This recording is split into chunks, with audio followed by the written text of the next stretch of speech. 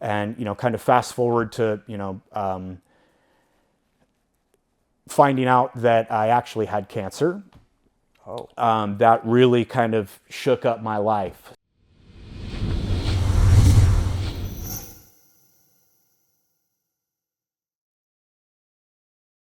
Thank you guys for joining us on Untitled Success, where we go behind the scenes with local business owners. With me is Shawn with IRG Realty Group. Thank you so much for joining me, man. I'm so happy to be here. Yeah. So we're going to kind of go through a few questions.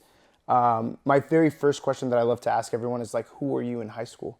Oh, yeah. See, this was my big apprehension about coming here was, talking openly about who I was in high school, because I could very easily lose the audience, because I was a bit of a troubled youth. And, Okay. I guess I should back up just a little bit, that, I grew up in a very nice area, a very affluent area, Irvine in Orange County. And my mother raised me and my brother by herself, so things weren't always super easy, but something that was very important to my mom was raising us in a really nice neighborhood. So, but one of the things that she had to do, unfortunately, for us to live in an area like that was work a lot. So my brother and I were kind of left to our own devices at times. And yeah, so, sometimes, when two young boys are kind of left alone, they don't always make the best decisions. And, I grew up in like not to give away my age, but I was born in 1986. And so, I was very influenced by like the Ninja Turtles and the Power Rangers and some of the, like, just martial arts in general, like all the karate movies and all that stuff. But I don't know that I was actually getting like the martial arts code, like behind it all. I just wanted to be a tough guy. And my brother wasn't always the greatest influence either. And so I wasn't the greatest kid. Luckily, my brother was a little bit more outwardly troubled, and took a little bit of that shine off of me, and so I was a little bit more covertly. The quiet trouble. I was getting away with things, and my mom, So are you the younger brother then? I'm the younger brother. Yeah, Okay. my brother's 2 years older, and shame on me. I kind of let that happen. Yeah, we were, my mom would find things in our room that, belonged to, either the both of us or me, and she would just assume that it was my brother's, and so, yeah, I wasn't always the greatest decision maker. I think later on in life, luckily, I had some better influences in my life and had bumped my head enough to know, like, okay, like that's not the direction I want to go in. Yeah. And made some drastic changes. Yeah. Yeah. And I definitely don't want to get off on one of these. I grew up, I was a broke kid. Like, my life was really blessed. Yeah. But there definitely was a contrast of like the way that, my brother and I were being raised as opposed to some of my friends. Across the street. Oh, example. yeah. The Joneses. Yeah. And so, but funny enough, I think that's also, somewhere where I got a little bit of like my competitive nature from, and also like my will to succeed and try and do better. I always wanted the things that the Joneses had. So Right. yeah. Before you started this realty group, where did you work at before going into this venture? Well, another crazy thing that kind of happened to me, I think is at least worth mentioning, is when I was in high school. Still kind of being a knucklehead kid. I was, again, doing a lot of stupid things and getting away with them, or at least I thought.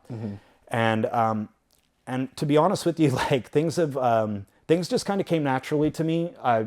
I played sports and I did fairly well at them. I've never had like a huge problem making friends, and so whether I kind of made those friends because I was doing stupid things, I always had a good group of friends. But I just most of my life I thought that I was the king of the world, and I thought that I was kind of exempt from Invincible. anything bad happening Yeah. to me. And for about a year and a half or more, and I'm a little embarrassed to admit that, but for about a year and a half or more, I actually had this big lump in my leg, and I didn't tell anybody about it because at the time I was playing basketball, and I was a 14-year-old kid thinking like, I'm untouchable. I don't want this to affect my basketball season. If whatever it is, it's probably just like a bunched up muscle, and they'll cut it out. And, kind of fast forward to, finding out that I actually had cancer. Oh. That really kind of shook up my life. So I ended up spending the entirety of my senior year pretty much living in a hospital. I got to go home, on few occasions, but I ended up receiving so much chemotherapy and radiation that I lost a lot of weight and wasn't able to eat, and so I wore a backpack that fed me basic nutrients through a line that went pretty much into my heart. So that was all the humbling I needed, or I think anybody would need probably, and it just kind of changed. Obviously it changed my life upside down, but it also changed my approach to life. And, I kind of vowed to myself that I was going to do everything that I could do in my power to hopefully survive, and I knew that there was a lot of people rooting for me, a lot of people sacrificing and trying to, make sure that I was going to be around. And so I think, it's not only a place where I learned to be a little bit more gritty, because I had to do a lot of things that I didn't want to do. And, I was 17 when I got diagnosed. I felt like an adult, but luckily for me, they treated me as a pediatric, and I got all of my care at Chalk Hospital. And so I'm very grateful to that facility and the staff people there, everybody, the doctors and nurses, that they saved my life. And so I certainly don't mean to take credit for anything other than just showing up, but I just made sure that I showed up for my radiation appointments, that I was at my chemo appointments, that that I was when I could eat, that I wasn't eating terrible things. Fast forward, I ended up having a surgery, and they ended up removing a ton of muscle from my leg, and I ended up, for a long time having to rehabilitate myself to be able to walk again. Yeah. And I would do dips on my walker, and I think that, again, that's just like a place where I kind of learned to dig deep and found a different version of myself. And not to get all Bible thumper on you guys, but that's also where I met the Lord, and probably, not too unique. I think a lot of people that when they're in a bad situation, you'll stick a needle in your eye, let alone, pray to somebody that you might not think is there.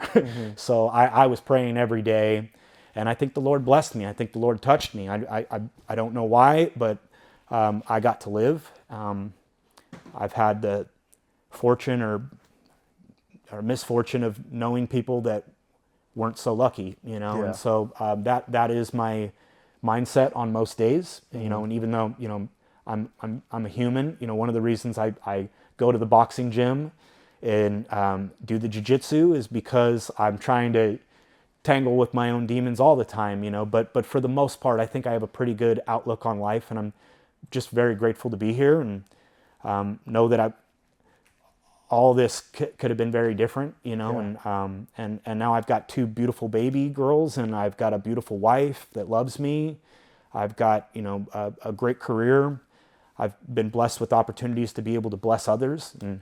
And so, yeah, I'm just, I sit before you today, just a very, very grateful, humble man, That's awesome. That's honestly awesome. I don't think I answered your question at all. It's fine. We can kind of deviate from it, but it is important. I think when you're down on your luck, sometimes when you turn and you pray, you go through these cycles where it's like you're praying and you think your prayers are unanswered, and then you kind of move a little bit further into it, and you're like, hey, if I'm looking at 17-year-old Shawn and today's Shawn, you're gonna tell 17-year-old Shawn it's gonna be okay. Like that is basically. It's such a good point. Yeah, no, I can't tell you how many times in my life, since then, now sometimes I can see it a little bit better and I'll be like, no, there's a reason for this. But yeah, like so many times in my life, like the greatest blessing has come on the heels of something bad happening to me, and it's funny how, that works, and, It seems to work just like that every single time. Totally. So when you were saying that, I'm a little bit touched because it's like, every single time there's trauma, there seems to be some like silver lining to it.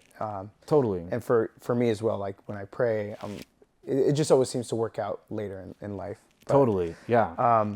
when we talk about your business ventures, right? You became a realtor in what year? In 2019. 2019. So right before the pandemic. Yep. Right? Yep. Before you were doing real estate, what were you doing? Man, so for about 10 years before I got into real estate, I had actually gotten into the fire service. And so that was another one of my life's greatest blessings. But my mom was already working for the fire authority when I was sick, and she was an admin assistant there. And, luckily for me, had a great reputation and was a very hard worker. And there was a lot of people there that already kind of knew my story through my mom. And they had a program even then called Catastrophic Leave. It's a really amazing program where her fellow employees were able to donate time to her. And it allowed her the time to try and, not only the time, but the financial ability to be able to care for me. And so that gave me an affinity towards the fire authority. And, much like probably, every young boy at some point, at least in their life, they've thought about being a fireman. And, and so I ended up after I got my clean bill of health, I ended up getting a job at Old Navy in their warehouse, actually, just so I could get some warehouse experience so that I could get a job at the fire authority working in their warehouse. So you have this mapped out? Yeah, I had a plan, I was like, and I think, I think the plan, was real, like, we all need goals, right? Yeah. Like, and so like, I never wanted to tell myself that like this was all over with. I was making big plans because I wanted to live, like, and I just at 17, like, you feel like the world is just like so ahead of you and there's just so much to look forward to. So I wasn't ready to pack it in at all. But I lost myself in thought. So what was the question again? The question was, before you became a real estate agent. Oh yeah, so I was working for the fire authority. I worked there for a good 10 years, long enough to realize that I wasn't cut out for it. And I'm man enough to admit now that, there was a lot of days that... Did you want to be a firefighter? I told myself that I did because I knew that it was a good career, but I don't know that my heart was actually in the right place. I think, from a service standpoint, I love to help people. Yeah. But, there's a lot of people, frankly, like, especially like, a year back that were kind of picking on the fire authority, fire department, firemen. I'm very passionate about, like, having worked so closely and realized firsthand that, like, oh no, I'm not cut out for this job. What they have to deal with on a daily basis, the things that, even in the little exposure that I had to really bad things while I was working there, they affected me. And I realized that I wasn't cut out for that, and so, just to shoot you guys straight, I did some self-sabotaging there. I sat still for a really long time, and, there's a little bit of a pressure to kind of, all right, what's next for you? It's time to promote. And I just got very comfortable, when I got hired there at 19, I was... Wait, so 19 till 29.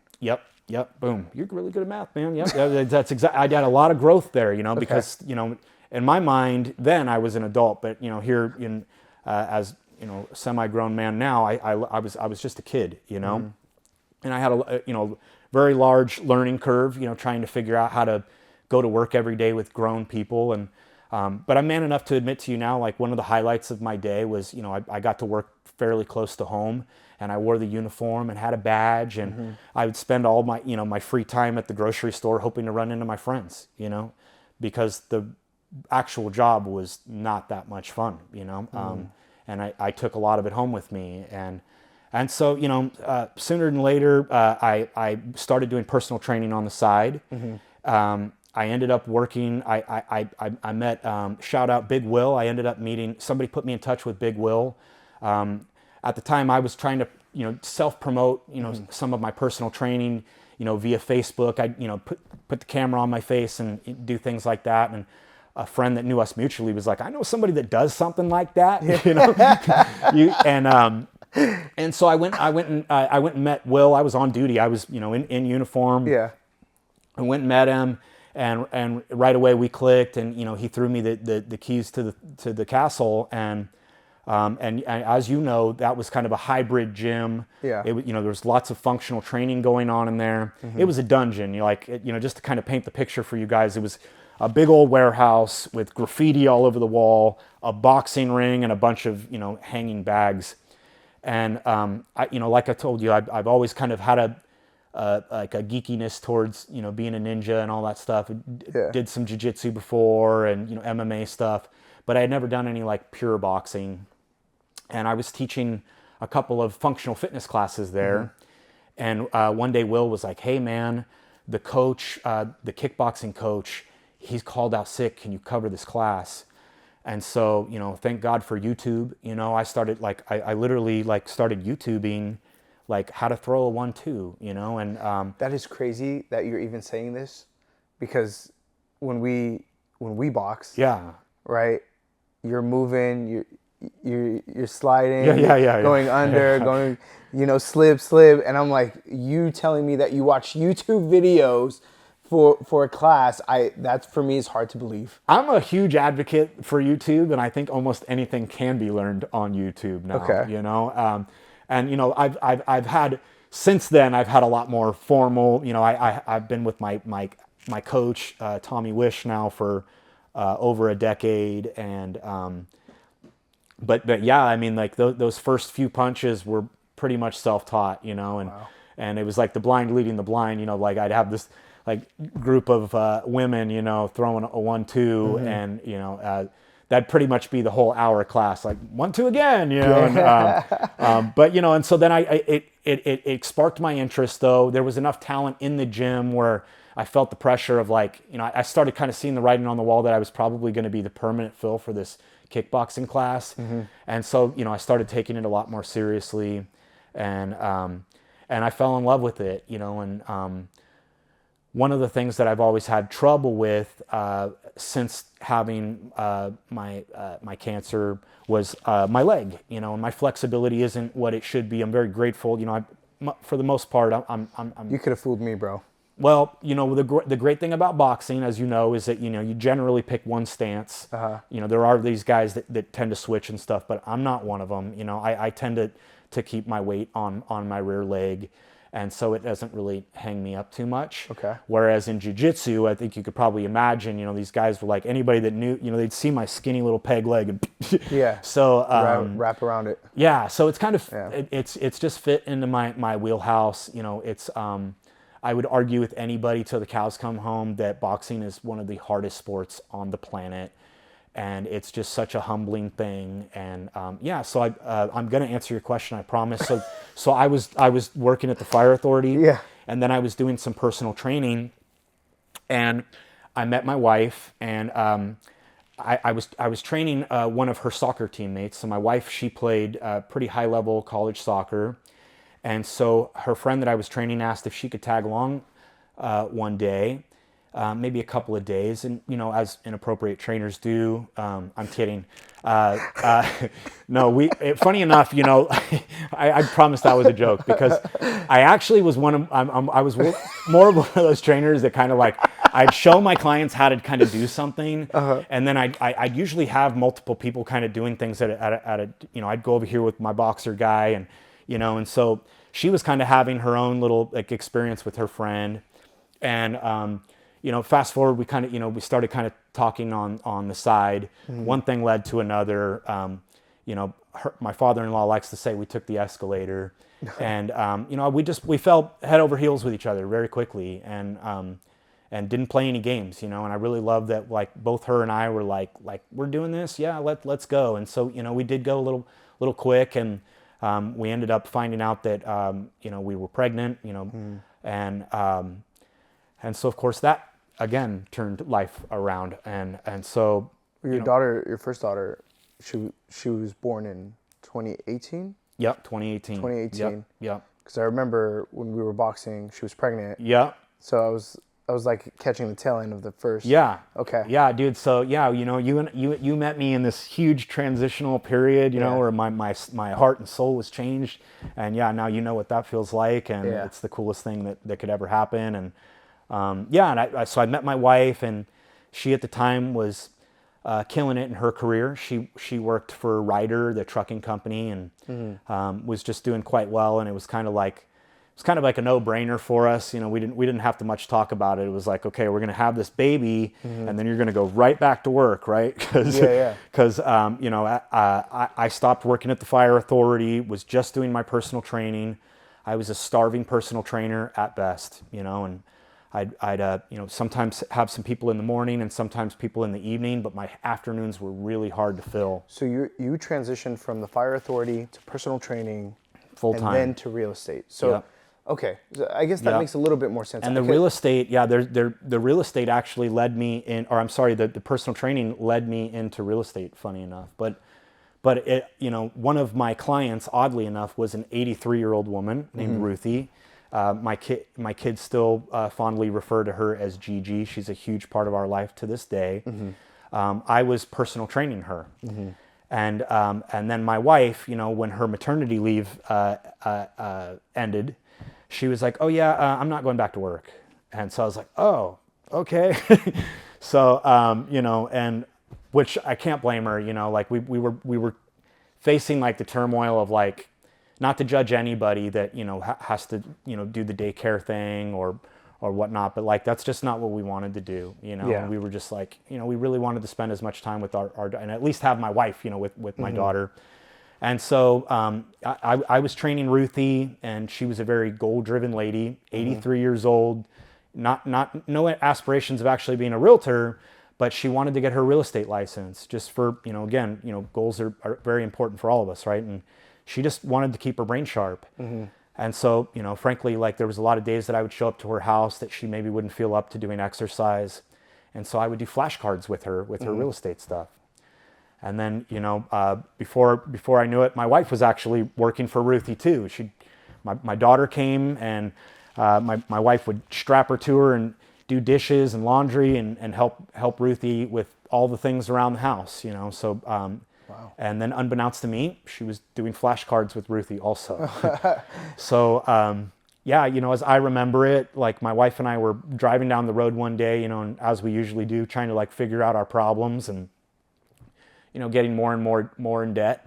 At one point, I'm man enough to admit that like amongst all the credit card debt and all the other stuff that I had done to myself, I had a great personal friend that I owed like $12,000 to. He never said a peep to me about it. I would like piecemeal him like $20, and so I just had a lot of people, rooting for me and supporting me, wanting me to get my act together. But I like almost still didn't have a plan. But my wife and I are driving down the road one day talking about like this real estate stuff. I'm like, man, I'm kind of learning it. Are you learning it? Yeah. She's like, yeah, and have you ever thought about it? And so like we just kind of went head first, and it took us every bit of a year to get our studying done and going past the test. And we passed that test together. Yeah. Our license numbers are literally one digit off, which is actually more crazy than people think, because when you take that test, like there's hundreds of people in the room. We ended up at the counter together, and it was just like so. Like we rode the elevator down together, jumping up and down, clicking our heels, like heck yeah. Yeah. And then we got to the bottom and realized like, well, now what? And not to pick on her family, because I've already told you they were extremely supportive, but they were also like, all right, like you guys have really gone super quick. They've never even seen me in a regular shirt without my sleeves cut off. You know, they're like, isn't this guy like a boxing coach? Like you guys are gonna go sell real estate together? Like, is that the wisest thing? Like, shouldn't one of you at least have a normal job? Not only that, you're kind of entering at a time where everyone's a real estate agent. Totally. Yeah, absolutely. I mean, you know, and like, I think like, yeah. Was that ever a thought process? Like, hey, like, okay, we want to do this. We have the excitement to this, but when you're laying your head at night, have you ever thought about like, what am I doing?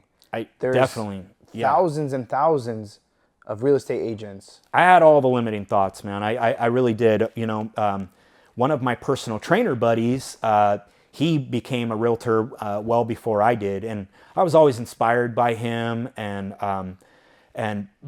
But being such close friends with him, I did have like kind of a little bit of insight into like what a grind it was, you know. But you know, I kind of snap out of it and tell myself like I could do this, you know, and there's a reason for this, and you know, we're here, and you know, I don't have a choice, you know, and like, and you know, like kids give you superpowers, you know, and like I just, you know, I think, you know, luckily for my wife and I had that support system of her, you know, having her, she's very type A, you know, and so she was going to get that license, you know, so I knew I had to get it too, you know, and so yeah, there was plenty of motivation there, but I also had. Yeah, I mean, I remember running into one of my other buddies who I always thought was like a very charismatic guy, a very hardworking guy, and he was basically hanging up his real estate license. Was like, dude, I had a tough go at it. You know, I tried it for a year. Like, you know, I overestimated my sphere. I mean, I was just about to take my test, I think, when I had that conversation. I mean, it really kicked me in the gut. I was like, oh man. I went home and told my wife, I'm like, I don't know, babe, I don't think we can do this. But you know, luckily, like we stuck to it, and you know, the irony of you know, you hit it right. Like it was a time where everybody was jumping into real estate, and you had one or two options: real estate, mortgage broker. Yeah, exactly. Those were your two options in 2019. That was it. Yeah. You know, and the numbers would do me in on the mortgage broker side. So yeah, I mean, I was definitely like, okay, like I like to talk, you know.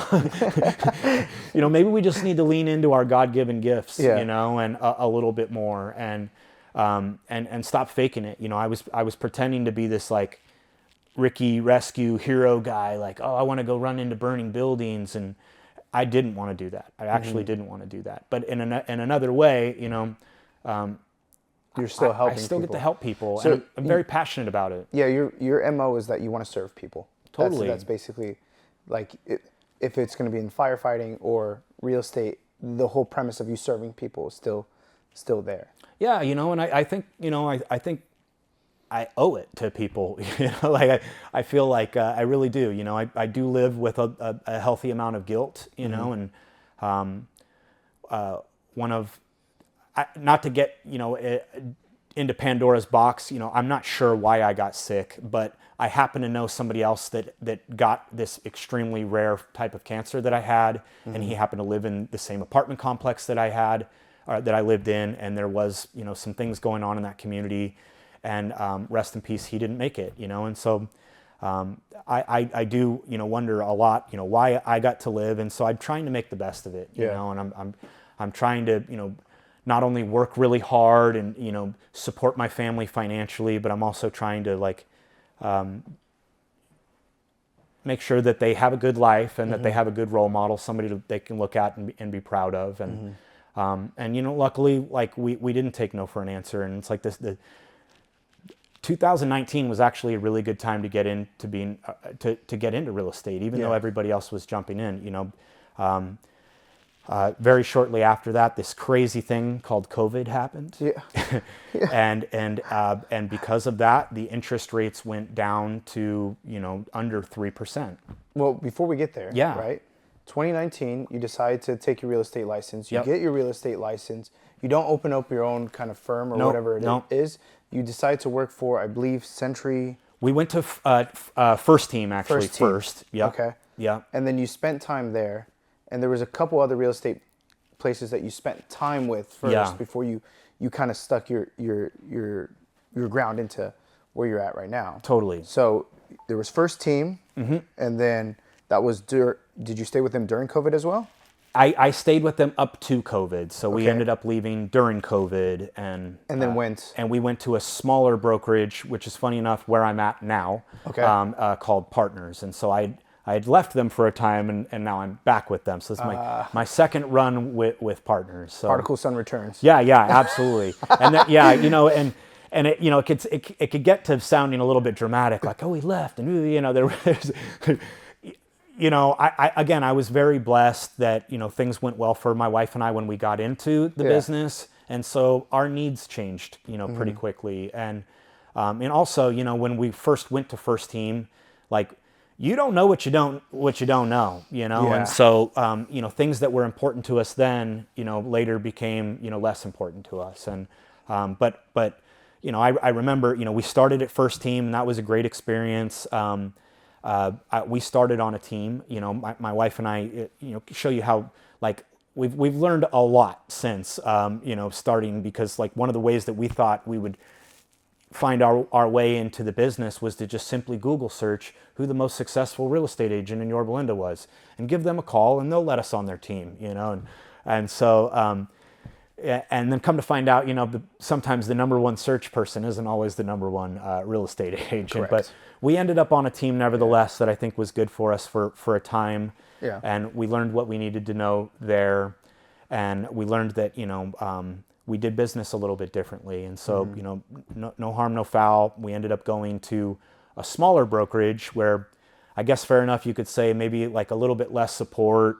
But Less marketing, less support. yeah. Right. Yeah, but also, like, the politics are a big thing.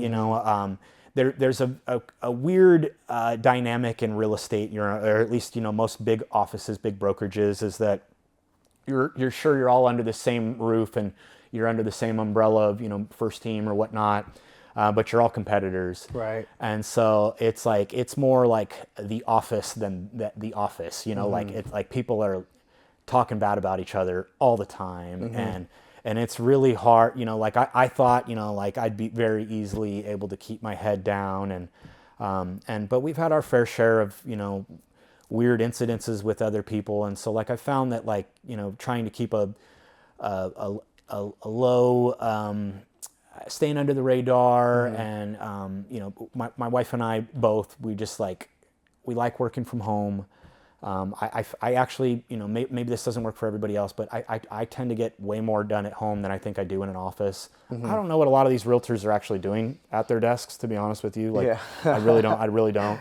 I think that, a lot of my job is networking and being out belly to belly and talking with people. And so, that's what we do. So this brokerage that you joined, right, allowed you to open up your own kind of, let's say, DBA. Yeah. So, Right. I will be honest. I don't want to slip into a place where I'm talking badly about my the team that I started on, but I've always wanted that team atmosphere. From team sports growing up to working for the fire authority, where, like, literally the guys that you work with, you would trust with your life. Like, I've always kind of starved for that, and have made the mistake sometimes of thinking people are my friends that aren't. And but yeah, so the big brokerage thing was really good for a time, because we learned kind of how we didn't want to do things and what we wanted to do. Yeah. And something I'm very passionate about is I wanted to help other people get the same start and same opportunities that I've had. So that was something that would have been much more challenging to do at a big brokerage. And so when we went over to Partners, they were all for it. They were like, yeah, you want to bring on your own people, you're going to train them up and take on that responsibility. And so they supported it. And so to date, my wife and I have 12 other agents on my team. Most of them are like us. They're parents. They're very hungry to succeed. Yeah. I feel Well, really, I'll get to that part in a second. 'Cause I have a whole bunch of questions Cool. for that part. Love it. So Partners is a brokerage. Yep.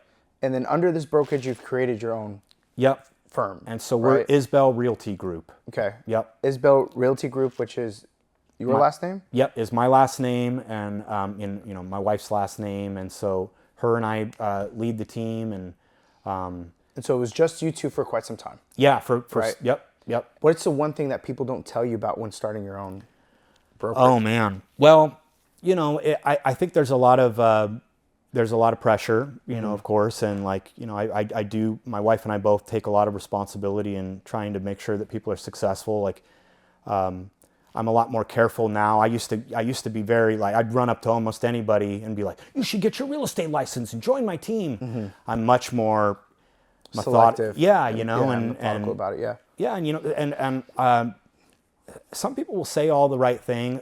One of the things that I often say, not to get on my high horse here, but one of the things I often say to my team is like, this job is a lot harder than people know. But if they knew what I know, they would do the work, you know. But I think a lot of people think that, you know, especially like in 2019, they were like, okay, if I just go jump over this line and get my real estate license, like I'm going to be successful.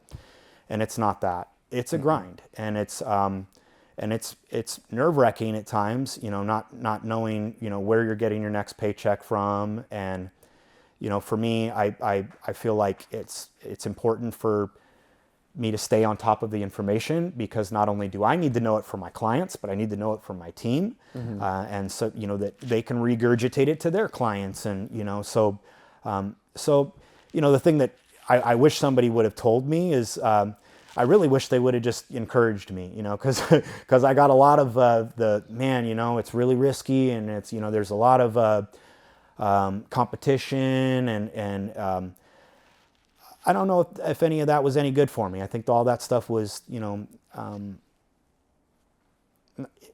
it doesn't help, right? Like, yeah, I think we all just need a little bit of encouragement sometimes. Like, you can go do it, you know, and Yeah, but when you're doing it, right? Let's say you got into it, you have your own name now. Yep. That doesn't mean the deals are going to start flowing. Heck no. Right? No. Heck so no. What does that first deal look like under your new name? So yeah, it's so funny because like you know, like I said, you know, we thought, well, we'll get our real estate license. You know, we had that naivety for a while too. We'll get our real estate licenses, and everybody, you know, all I'll have to do is post a picture of it on my social media, and everybody will call me and they'll want to sell their gazillion-dollar homes with us. Right. And of course, you know, that's not how it happened. I had a lot of transitioning to make from being the personal trainer guy to all of a sudden, you know, being a guy in a shirt and tie, you know. Also, you're not that really fond of social media. I don't love it, you know. I have to bite my tongue a lot, you know, and I've learned over the years to, you know, keep a lot of like the negativity off. And, and so, you know, I've learned to love it because it's such a valuable tool, and, you know, most aspects of it are free. And so, you know, I feel like any entrepreneur that's not tapping into social media in some level is missing a huge mark. You know, I happen to know a guy who's buying up a bunch of businesses and, you know, restaurants and stuff, and, you know, his niche is basically like if they don't have an online presence, he knows that he can turn them into a successful business, you know. So if the numbers aren't terribly scary to begin with, it's like, you know, you make that a little adjustment. So yeah, but I wish that I would have had a little bit more encouragement. I wish people would have told me like, no, you could do it. And how's that first deal look like? But the first deal with my team was, you know, so of course we had a couple of deals under our belt, and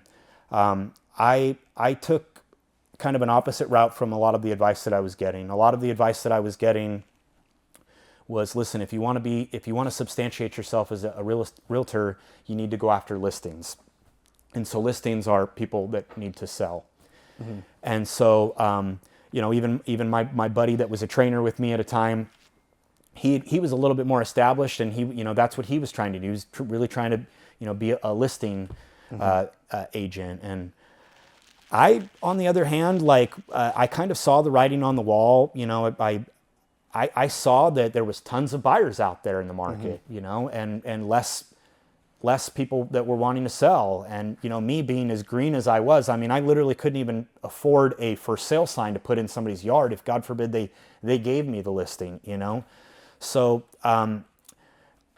one of the things my wife and I really knew we needed to do was to get in front of people. And so open house was a big one for us. So the way that looks is, you know, you're calling and texting and emailing every agent in the area that's got listings in hopes that they'll give you an opportunity to host their open house. And so, you know, if you can do a good enough job of that when buyers come in, you know, you make the best of that opportunity, maybe they'll want to work with you. And so that's what I did. And so, you know, I ended up actually, you know, fair enough, I had a buddy of mine that I worked with at the fire authority.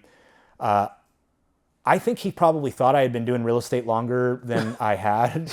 And you know, I was okay with letting him think that. And we laugh about it now. And luckily things went well. And, you know, we're great friends to this day. But so that was my first transaction. My second one came out of open house.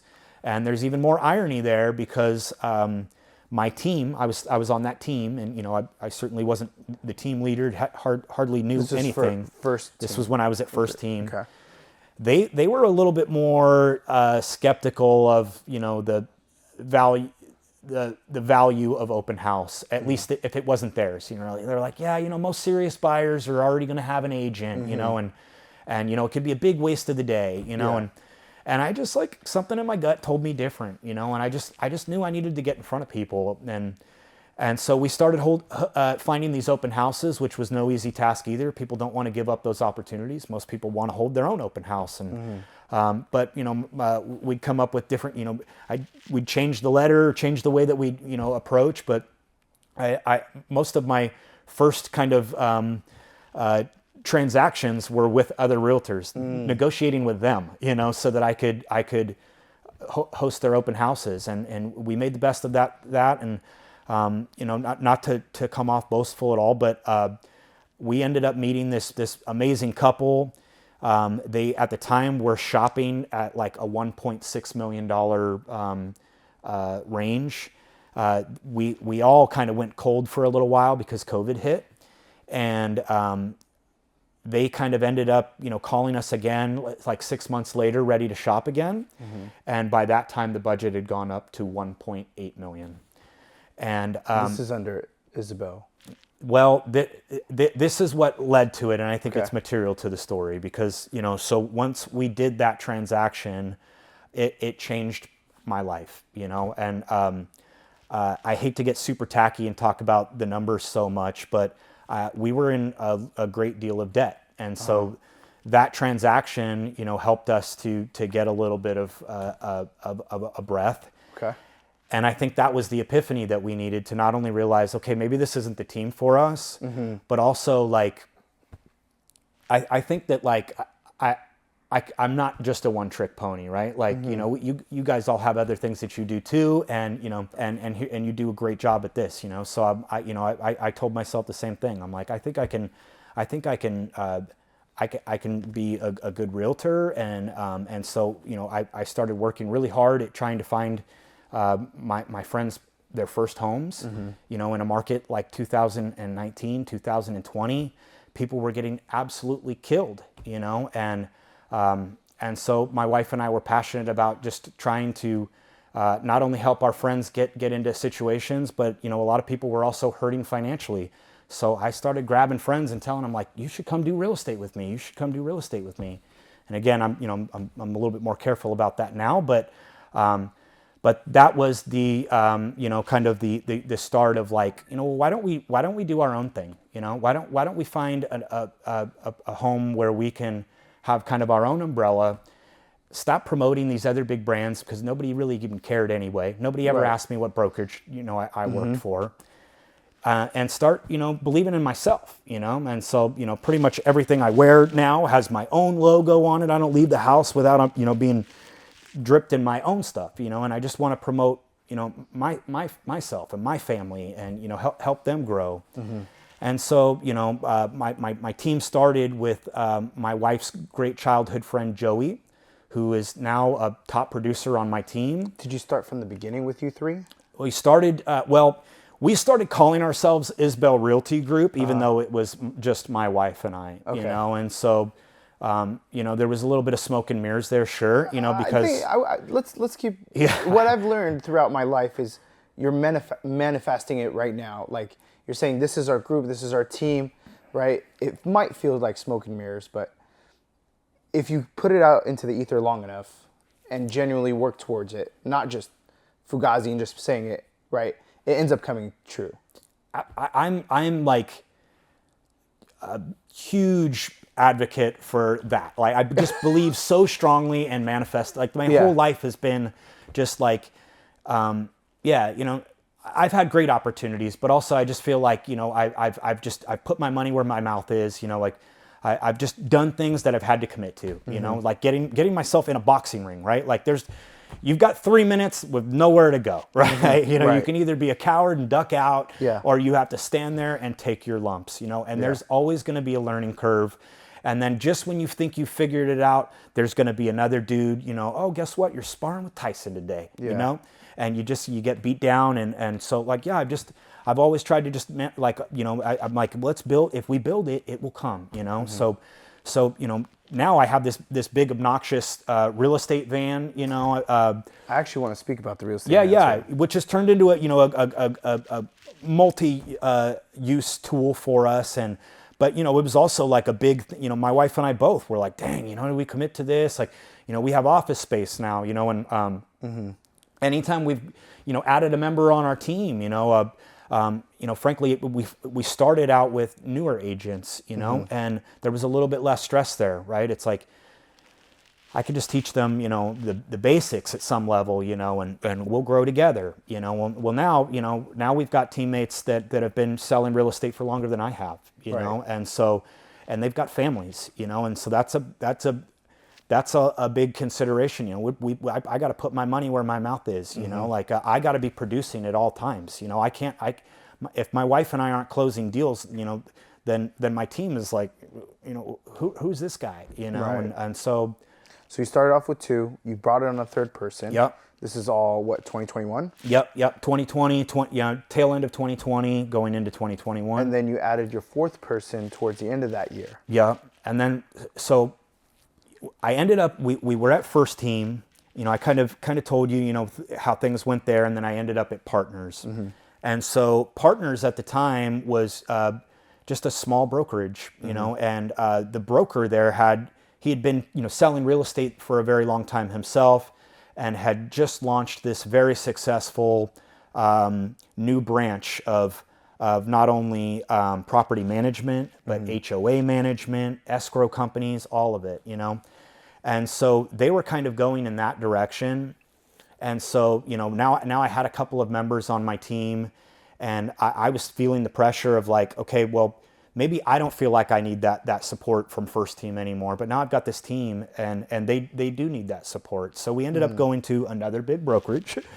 We went to Coldwell Banker, and things went really well for us there, actually. Right out of the gate, I feel like still maintaining your name. Yep. So one of the conditions that really crazy, but like I am a loyal person. I ended up I really enjoyed myself at Partners. I felt just very comfortable there, and I would get, my wife and I both would get calls regularly from other brokerages trying to recruit us, and I was never really open to that until we kind of came up to this place where it's like, okay, well, I want more for my team, and so then we kind of opened up the doors for that a little bit more.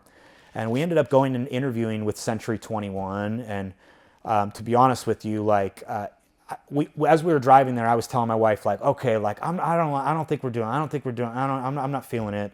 They ended up throwing like the kitchen sink at us, and I was about ready to sign my life away with them. And luckily, my wife was like, chill out, And so we got a few more brokers to talk to. We got other people to talk to, exactly. And so, to be honest with you, I was really shocked at like what some of these people were offering us, and what I thought it could do for our business and my team and my clients. And so I learned a lot there. I kind of infiltrated the system, so to speak, and learned how they were doing a lot of their systems, and developed my own systems, so that, I think any good realtor that's worth their salt should also be a marketing expert. And so that's where we hang our hat, is that we don't just do what I think most agents do, frankly, as, we get the listing, put a sign in the yard, pray for buyers to come. We're much more proactive than that. And so, what would you say one key difference that you guys do different than most common real estate agents?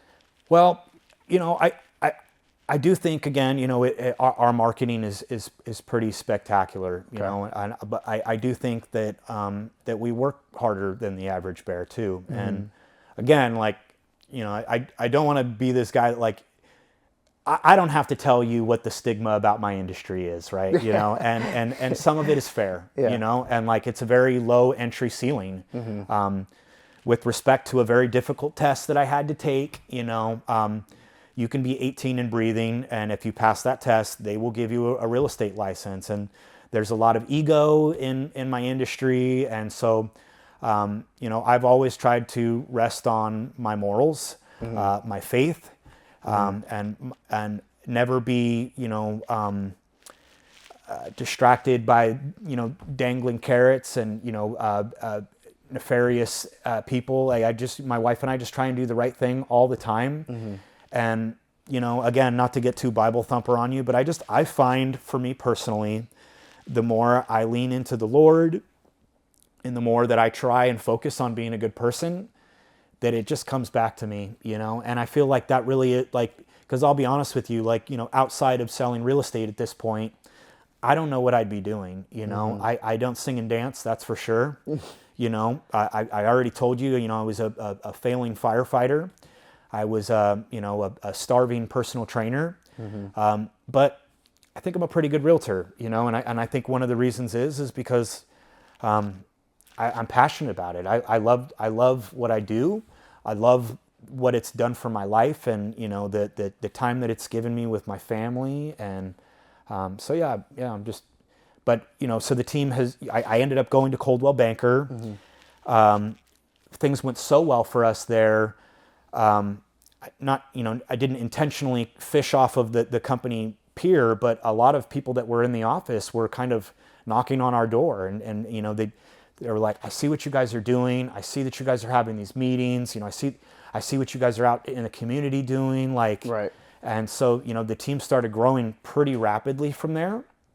And, you know, I think in a year's, you know, a year from the day we started IRG, we had 10 teammates. So, you know, as I like to tell people, 20 eyes and ears out there in the market for you. So. And how much are you guys currently at right now? So I have 12 other teammates. So now there's 24 eyes and ears. So. Wow. Yeah. And it's you know, and it's still one of my goals to keep growing. You know, I think we've gotten a lot better at kind of pacing ourselves, and you know, a great way to put yourself out of business is to grow too quickly. And I think that's probably universal for almost every business.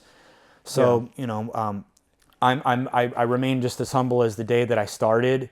And, you know, one of the things that I think I benefited from, frankly, is not knowing it all, but just acknowledging that it always changes. My wife and I joke all the time, you know, we'll go on vacation and the contract changes, you know, and so that almost makes it easier, right? It's like, it's always changing, you know. And, you know, when COVID happened, that turned a lot of otherwise successful realtors upside down. You know, they couldn't door knock anymore. You know, they couldn't hold open house. You know, even showing homes was really weird. You know, we were walking in, you know, in plastic suits basically. And so, you know, my wife and I, we struck when the iron was hot, I think, and targeted our marketing towards buyers. I think, you know, the first dozen, there might have been a couple of listings sprinkled in there, but at least the first, you know, dozen to maybe 20 of our transactions were with buyers. And that really helped catapult us to a place where I at least felt like I had something to teach other agents. And rather than telling them, you know, go get listings, you know, I showed them how to go help people, how to go help your friends, you know, how to educate them on, you know, what's actually going on in the market, because there was a lot of bad information out there. And I'll kind of dial it back, but I definitely want to ask one question. If you were doing this again, right, and you're starting IRG, and you and your wife are sitting right here, what are you whispering in your ear today? Like, if you're standing right behind you 5 years ago, what's one thing you would tell him, like, hey, try this first? Yeah. Well, I think I'd definitely be like, you know, slow down. You know, slow down. You know, it doesn't need to. the overnight success thing has always kind of sparked me, like the opportunity that you have in real estate is really exciting, right? Like we're always one transaction away from life changing. But, I've put a lot of pressure on myself over the last few years. I don't think I've always been, the last few years especially, I haven't been my own best friend. My wife and I today, woke up kind of just a little bit down on ourselves because, we just have high expectations for ourselves, and so like it's weird. It's like when we're super busy, you feel the pressure of being super, the stress of being super busy, and then when you're not super busy, you of course feel the stress of not being super busy. But I think my wife and I are going to look back on ourselves. We were talking about this today, that we're going to look back on ourselves and be like, dang, like a pretty good job, like and there was a lot of like. The blind leading the blind there, and like, well, but we, trusted our mission, and and we've done pretty good. And I'm the thing that I'm most proud about in my entire life is that my kids have a really good life, and that they're healthy and happy, and so I think I'd probably cut myself a lot of slack and just be like, hey, take your time, and it'll all come together. But if we had to pinpoint it, so like for example, for me, when I started this venture. If I was looking back 10 episodes ago, when I first started, I'd whisper in my ear and tell myself, have an outline. Have an outline, right? And everything else will flow, right? It's like a paradox, right? Totally. You need to go through these trials and tribulations to figure out how it works. But I wish I could whisper in my ear, when I first started this, have an outline. Totally. And what I mean is, okay, have a beginning, have a business, discuss business life, and then future outlooks, right? Yep. If you're looking back at that same moment 5 years ago, is there anything that you're telling yourself like, hey, you mentioned a little bit, instead of doing the listing, right? Do the open houses, right? Is there anything you would say, hey, let me tell you something to just step a little bit quicker to where you want to be? Oh man, yeah. It's really hard to pinpoint because I've learned so much just in the marketing realm and like how to actually, get myself out there. And so yeah, I could have not only saved myself, boatloads of money, but boatloads of time. But again, like, I don't mean to keep skirting your question. I just don't like to live in a whole lot of regret. And I feel like, we've like things have worked out so well for us that, I don't have a whole lot of, I think what I would have done would have been more pep talky stuff, but I'm very grateful for all the families that we were able to help. And I feel like,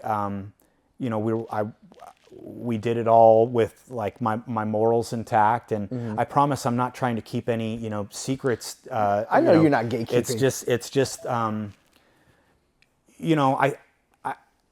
and not to get all woo on everybody, but I really do think with like anything, it's mentality. And if you literally like, if you tell yourself that you'll be okay, and you've got what it takes to do something, you'll get through it and do it. So I just wish that I would have had me on my shoulders saying, no, this is a good idea.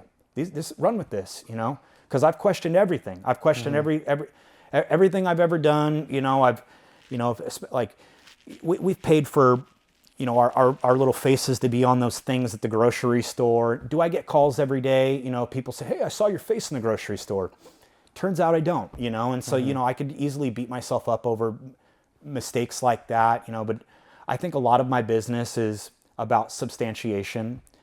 And so like, I think I can get really lost in the sauce if I try and like track things like, did this work? I think.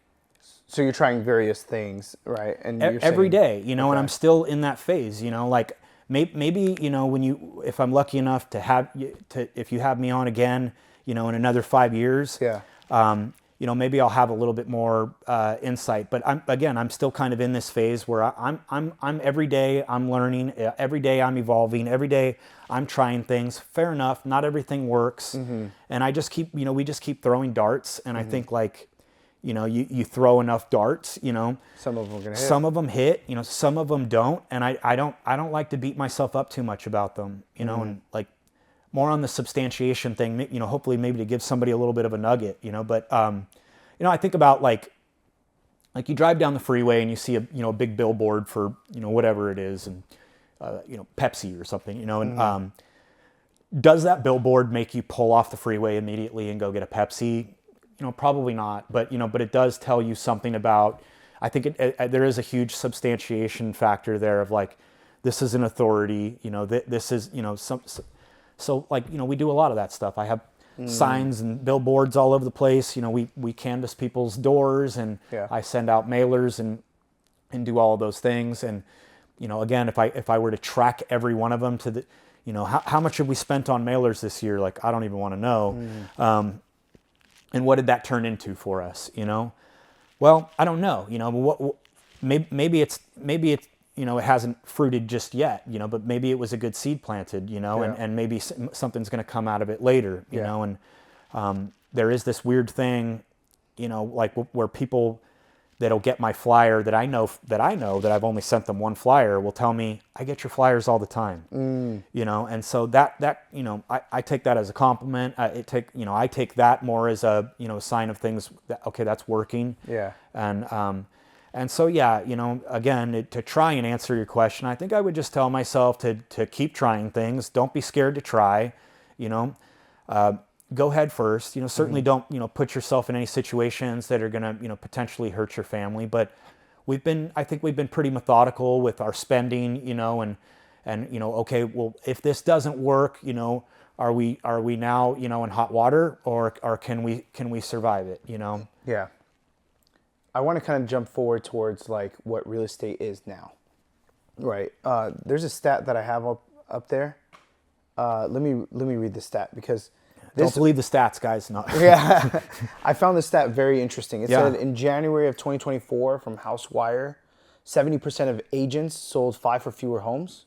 In 2023, there was only 49% of them that sold 1 or less. Oh my goodness. Let me tell you, my wife will be jumping up and down watching this. That's one of her favorite stats to rattle off. And it's true, and it's really crazy, because last year, again, not to get on my high horse bragging here, but my wife and I were able to help over 50 families, and that doesn't include, all the deals that my teammates were able to do.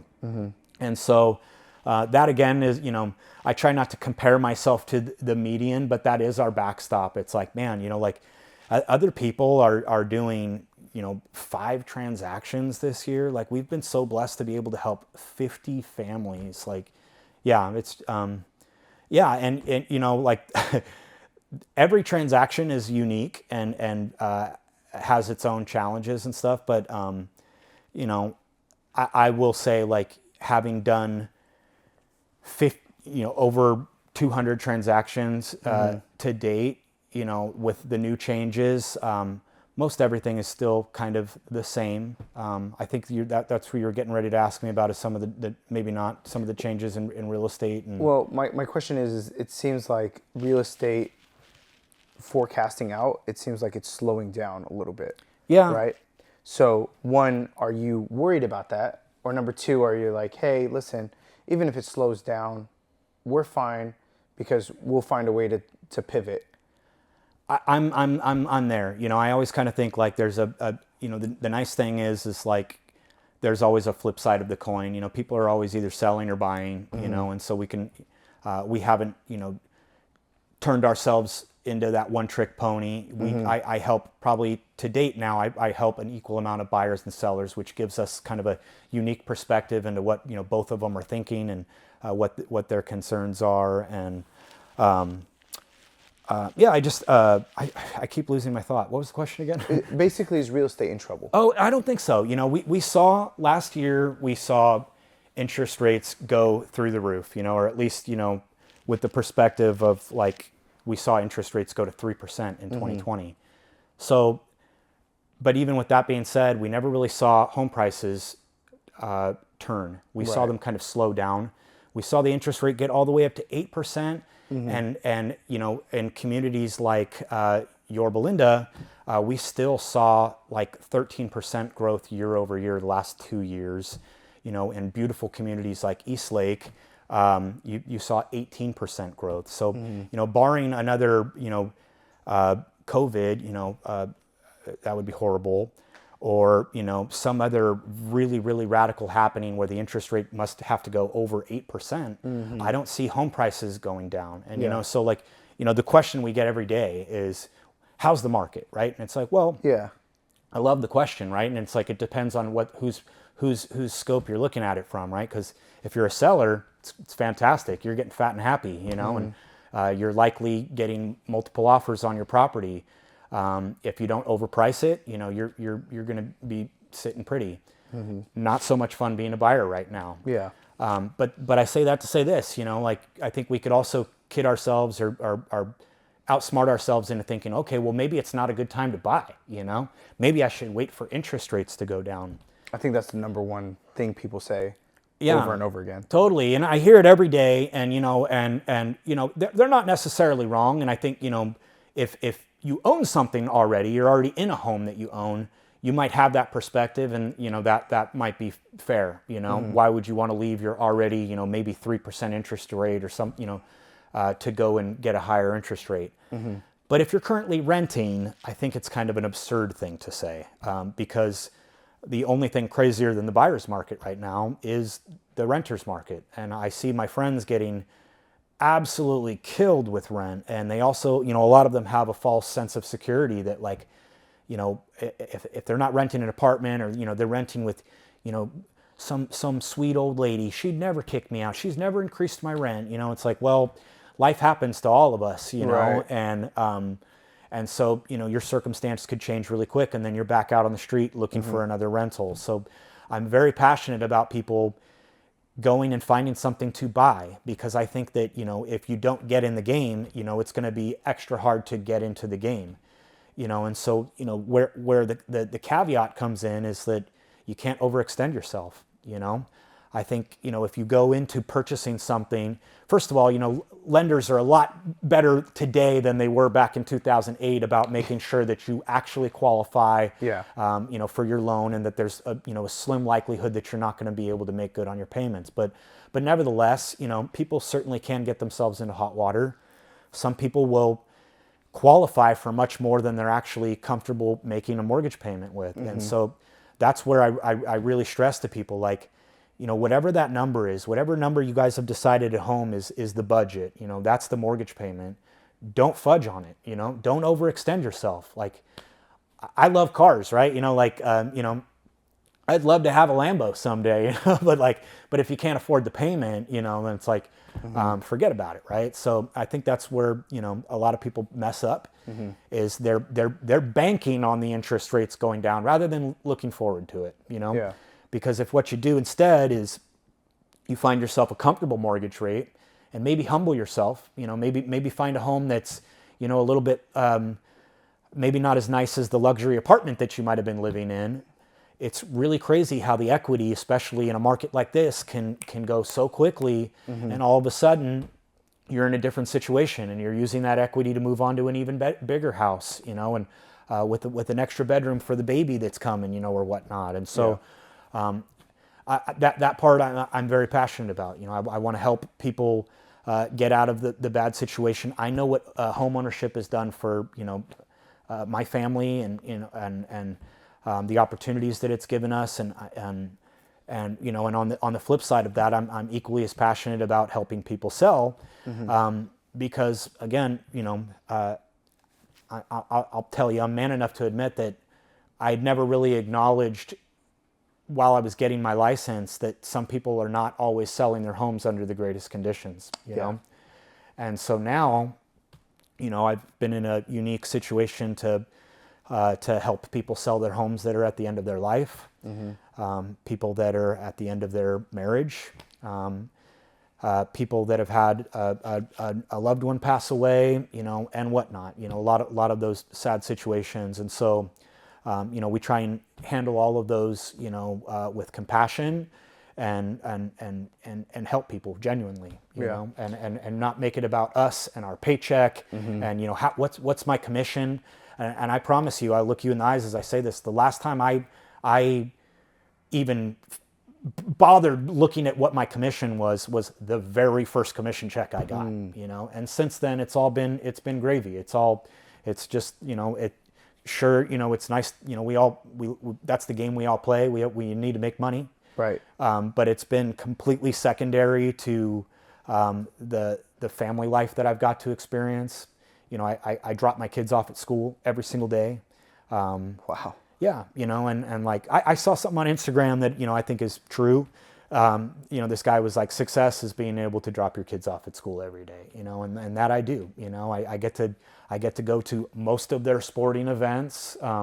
Sure, there's, a couple of things that, I've had to miss out on, and but for the most part, I can move my schedule around a little bit.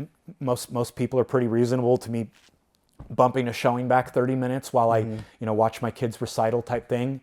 And so like that to me is priceless, and, Speaking about your kids, right? One of my two favorite questions to ask is, if you passed away today and you can instill one or two lessons to your kids, what would that be? Well, yeah, I've actually thought about this question a bunch, right? 'Cause like I deeply care about, who my kids are as little humans, and, who they're going to be. And, so like, I know a lot of parents care very greatly about their kids' academics, and, all that's important also. But the biggest compliment anybody can give me about my children is that they're sweet, kind kids. And I tend to think that, so long as you have a little bit of drive in you, which hopefully they'll get from mom and dad, innately from, either genetics or at least watching us do the thing. I just hope that they stay, very, very sweet, kind people. And I tend to think that they'll have a place in life, with that skill set of just being kind, good-hearted people with compassion that do things for the right reason. That's the most important thing to me, is that I raise good humans that make other people feel good, and leave a good imprint on life. So, okay, yeah. My second favorite question to ask at the very end is, if someone came to you today and was like, "Hey, listen, I think what you've built is amazing. I will give you $4 million to take it over, and from now on, you work for me." And that's it. And you are unable to open up another brokerage. You are unable to have another team. But now you work for me, and I will pay you for it. The honest answer, and the opportunist in me, would absolutely stumble over the $4 million and wondering, what could I do with $4 million? Could I turn that into the next thing? How many people could I help with $4 million? But I think probably if I had the time to actually digest it and do all the math, I'd probably come back to, you keeping your money and me hanging on to what I've got, and I'm very grateful for what I have. I can't say that enough. Like, if the takeaway from all this is like, Tim had a very grateful guy on his podcast, then that would be fine by me, but yeah, I'm just happy to be where I'm at, And then I keep saying last thing, but one more thing I want to ask. When everything started working out for you and going good, there's a tendency that you tend to buy one or two things. You're like, listen, I've done it. Life is good. Yeah. Right? I might not overextend myself. Yeah. But there's one or two things that I want in this life that finally Totally. I can have it. Absolutely. What's that one thing? Yeah. Well, I have my bougie tendencies, I guess. Like I said, I grew up in Irvine, and I always wanted nice things. When life started to get a bit better for us, of course, I got a car that I love, and nothing crazy. It's not a Lambo, but I did get a car that I love, and so, I am, this might sound a little bit immature, but I am somebody that's motivated by, having nice things in my life. And because I think that, they also serve as a reminder to, like, you better earn this, So, like, my wife and I, we just actually celebrated our sixth wedding anniversary, but when we celebrated our fifth anniversary, we both bought really nice watches for each other. And And so I told myself I'd probably like rarely ever wear it. And I wear it a lot. Yeah. So yeah, I wear it a lot. And It's like a memento at that point. it is, and frankly, like some people would just be like disgusted with how much that watch cost me. Yeah. But I have done a little bit of research into them, and there's a great difference between a kind of expensive watch and a tradable watch, Yeah. and so I'd like to think that it's not that I intend to sell it at any point, but if God forbid, life got squirrely on us, that I have that option, that I could get rid of it, and It's of value. and that it probably is only going to get more and more valuable. Yeah. So yeah, I do have a nice watch. Other than that, like I spend most of my money on my business and my kids, and that is my joy, like from Monday on, I'm looking forward to the weekends because I know my kids are going to play soccer, and they're going to, they're doing gymnastics and riding horses and doing all the things. And it's like, and we get that time with them. So I spend most of my money on them, but, Yeah. and my wife and I told ourselves when we first got licensed that, anytime we'd close a deal, we'd go out to some nice dinner or something and spoil ourselves that way. We don't, we don't. And, we're actually, I think I'm probably, with the exception of the things that I just told you I've spent money on, we're actually probably a little bit more financially responsible today than we were, years before. Like I'm very, I've had my health scares. And so, knock on wood, I'm very keenly aware that something bad could happen to me. If lightning were to strike, what have I left for my kids? Yeah. So I have a lot of investments. I have, not only just for myself, but I have custodial investments for my kids. And I'm hoping to try and set them up financially before they're ever even old enough to have to worry about money. But yeah, that's where I spend most of my money. I want to do other things too. You've inspired me in more ways than one, but I'd like to do a podcast also, and whether that leads to making a buck or two, that'd be great. Cool. Yeah. But and again, not to sound like I'm Bill Gates over here. I'm just, big philanthropist, but I'm at a place in my life where the things that bring me the most joy are being able to help other people and watching my kids do cool things, and so like, as long as my wife's needs are being met, my children are happy, that is kind of where I gauge myself. Like, do I suck or am I okay? Wife's happy, cool, I'm doing all right. Like, That's a fair assessment. Kids are happy, I'm doing all right. Do I get to take them to school? Then I'm doing all right. You know. Yeah. So, but of course, I would like to do more, but that's because I know what you could do with having a little bit of money. How many lives you can touch. It's like, what amazing things you can, like, I think people have like a cynical idea of money sometimes. I just interviewed a gal who told me I'm not motivated by money, and I think that's probably good and sincere, and maybe people that are like that are probably the best suited people to go make some money, right? Because they're the ones that are going to go do something good with the money. So, but that's where I'm at with my life. I'm trying to help people. That's where I. Well, I appreciate you, man. I appreciate it. We've had quite a bit of a friendship here. Yeah. Since back in 2015, 2016, right? And so watching you grow has been quite amazing. Thank you so much, man. I do this because I want people to see these different stories, right? You went into this market where it's fully saturated and was able to kind of provide for your family and put a stamp and put a name towards yourself, and I really appreciate that, man. Yeah. So I thank you so much for being on here.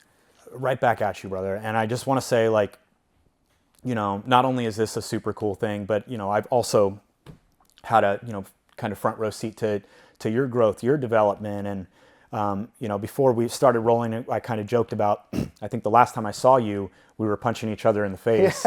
And here we are, having this friendly conversation, and I just think it's so great, and you're a great father. You're obviously a great entrepreneur, and you're working hard for your family. And Thank you, you're brother. somebody that I definitely want to be more like. I'm grateful I that don't know, we're more friends. like me, man. I'm Man, still. No, I mean it, and I'm very grateful that you allowed me on this platform. You Yeah, know, of course. and my goal, other than trying to express my gratitude, is that if God forbid, only one person were to see this podcast, you and I chopping it up, and for them to have heard any one thing that might kind of light a fire in them or provoke them to go do something that they've been kind of on the fence about doing, like that would make me feel just so good. And I know that it will. I know that you're reaching those people, and so I'm just very grateful for this opportunity. And God willing, man. Good people, man. Thank you, man. I appreciate you. Thank you guys for joining us here today. As you saw, this is a wonderful story. If you guys are thinking about starting your own business, I hope I provide a blueprint to you. Shawn, if someone's trying to find you, can you tell them where they can find you, whether that's the website, social handles, and all of that? Yep, absolutely. So I have a business page that's Isbell Realty Group. Isbell is the word is and the word bell. And then I have my personal page is Shawn Isbell. My website is isbellrealtygroup.com. You can get a hold of us via email at irgregroup@gmail.com. And anybody that has any needs whatsoever, whether they be real estate needs or beard tips. I know I'm like the 10th beard on. Yeah, if you guys need anything from me, I desperately would love to help you, and I think that it's my life's mission. So I appreciate it. Guys, we're on the outro. Thank you.